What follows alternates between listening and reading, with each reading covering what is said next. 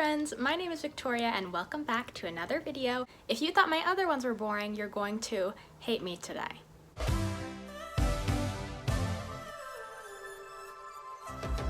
At some point in all of our lives, an ironic interest has turned into a legitimate passion, and for me this took place with the Cars franchise. I had a laugh at a few Lightning McQueen memes in like 2017, and now I suddenly own this sweater, overuse the word ka-chow, and send Cars-themed messages to my friends on the holidays.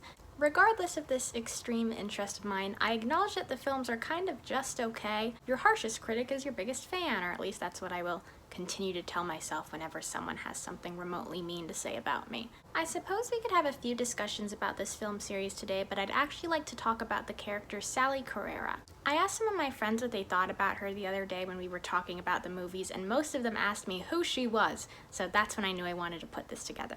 As you can tell from the title, I don't believe she got the best treatment in terms of character development as the films progressed, which could explain why my friends nearly forgot about her. So today we're going to take a look at Sally's appearances throughout the movies and talk about where I thought the improvements could have been made. If you're equally interested in this kind of fun, then you can join me. Let's go. So, Cars is a pretty male-dominated franchise, but that's okay. A lot of Pixar films are, a lot of Pixar films aren't. It's not something I feel particularly upset or threatened by. However, this does mean that they're partially responsible for creating really good female characters since they're kind of rare. Now the thing is, they did do that, and by they I mean like the writers, I don't know, they just didn't maintain their energy with Sally. I'm going to talk more about this later, but the second and third Cars films kind of just replaced Sally with the more prominent female character when they could have expanded upon what we learned about her in the first movie, which is a bit of a bummer. So we're going to start by reviewing who she was in Cars 1 and looking at how that could have set up a larger part for her in the later films. When we first meet Sally in the Radiator Springs courtroom, we get a pretty good understanding of her character right off the bat. She's in a position of power and intelligence, serving as a town attorney, and we can see that she's well liked and has influence over the rest of the group because she gets her suggestion to pass almost immediately. We also notice that McQueen has some feelings for her, but she won't put up with his funny business, so if a romance was to develop, it would take a bit more time. She's also already fairly significant in the story because her court ruling is what gets McQueen to stay in Radiator Springs, so good introduction, we like her character and can tell she's going to matter. Throughout the film, she has a few more interactions with McQueen, does some nice stuff with the town, yada yada. I'm gonna skip ahead to the next monumental scene for her character. Oh wait, no I'm not. I forgot a thing. Okay, so one night Sally and Lightning are talking and he notices that she has a pinstripe tattoo. I had to Google what this means. I guess I'm not a car person, but it's essentially just a decoration and another way to show that she's a very cool Californian car with a mysterious past. Now we can get to the scene I was talking about before, which is also maybe my favorite part of the movie. Sally takes McQueen on a little race/drive throughout the area, and he gets to see the beauty of both her and Radiator Springs simultaneously. They have a lot of fun, the best song in the soundtrack plays, I pretend I'm not crying, whatever. The pair finally reaches a point where they are comfortable enough to open up to each other, and we finally learn Sally's backstory. She tells McQueen that she used to live life in the fast lane as an attorney in LA, but she was never really happy, so she left and chose to stay in the Springs because of its sense of community and gorgeous landscape. She explains how the construction of an interstate kind of ruined the popularity of the town and that her dream is to get the place back on the map.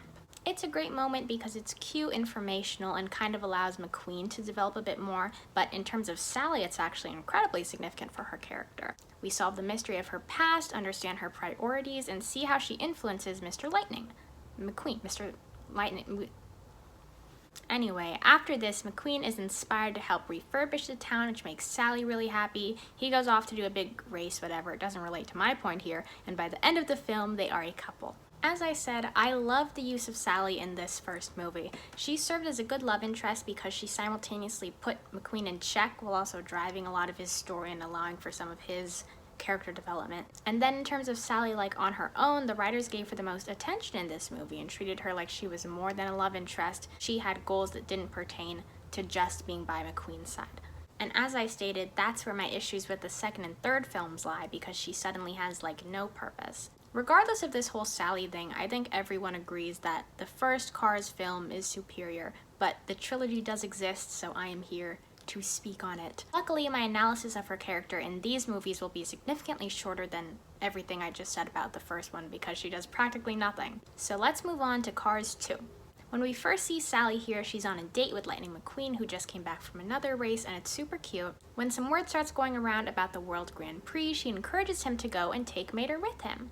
And then that's about it. I mean, she does show up a little later to help with the lemon complications, but that's essentially all ensemble work with the other Radiator Springs townsfolk. In comparison to Cars 1, she is hardly a character, and this is mainly because they gave the main female position in this film to Holly Shiftwell, who is the secret agent helping out Finn and Mater with the whole lemon situation. I'm a big fan of Holly, and I think she's a good example of what I was saying earlier about male-dominated films needing good women, so I have no issues with Holly.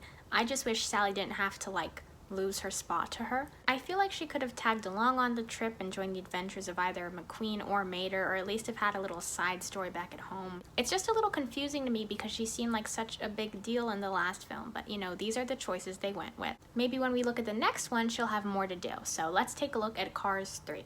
In this movie, after a big crash, McQueen starts to feel a little sad, but luckily Sally is there to tell him to not be so sad. And then that is all she does. That is the extent of her work in this movie. This time, she actually wasn't replaced by Holly because guess what? She's not even in this movie, despite seemingly entering a relationship with Mater in the last one, but okay.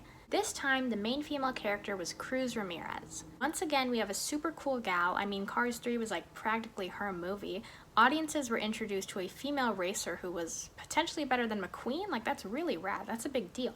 But, once again, I can't understand why Sally had to be undermined. Her sole purpose in this movie was to encourage McQueen, which is fine. I mean, she's his girlfriend, and she's a good one. But it seemed like there could have been more for her to do. And I'd like to point out that if we were to look at this from inside their universe and exclude the concept of, writers or whatever, then McQueen is kind of a sucky boyfriend. He doesn't really attempt to include her in, half of these very large events in his life. I mean, in the third film, after she takes him out of his, depressive state, he says I love you, which is nice, I guess, but there could have been more. Maybe she didn't want to be involved, I don't know, but it all seems a little odd to me. Ultimately, there was probably not a point to me making this video, but I'm not a screenwriter or professional in this field, so I'm sure there's some legitimate reasoning for Sally's near disappearance that I just don't understand, but as a fan of the franchise, I felt the need to pose my questions. The chance of there being another Cars movie is slim, and when we do see the characters again, it's more likely to be in a skit of some sort, meaning there's not much we can do about the disappointing story of Sally Carrera. But that actually makes me feel better, because I wouldn't have made a video complaining about a character if I didn't think it was relatively pointless and would not upset anybody. If you were a writer for the Cars films and are upset by my criticism of the writing for this character, I don't mean it. I don't mean it. I love your work. I love the Cars movies. Anyways, I think that wraps up this video. My main idea here was that I wish she got some more attention, so maybe now you agree. I feel like this is gonna end up being a kind of short video, so I apologize. You probably preferred it that way. If you are a Disney or Cars or Sally Carrera fan and would like to continue this discussion, you are free to leave a comment, and if you enjoyed it, you could like or subscribe. I say this every video, but I'm very clearly not a YouTuber. I just like talking about stuff, so ultimately, yeah, I think I'm done. So thank you very much for watching. I really appreciate it. I hope you enjoyed your stay, and I will be seeing you. Bye!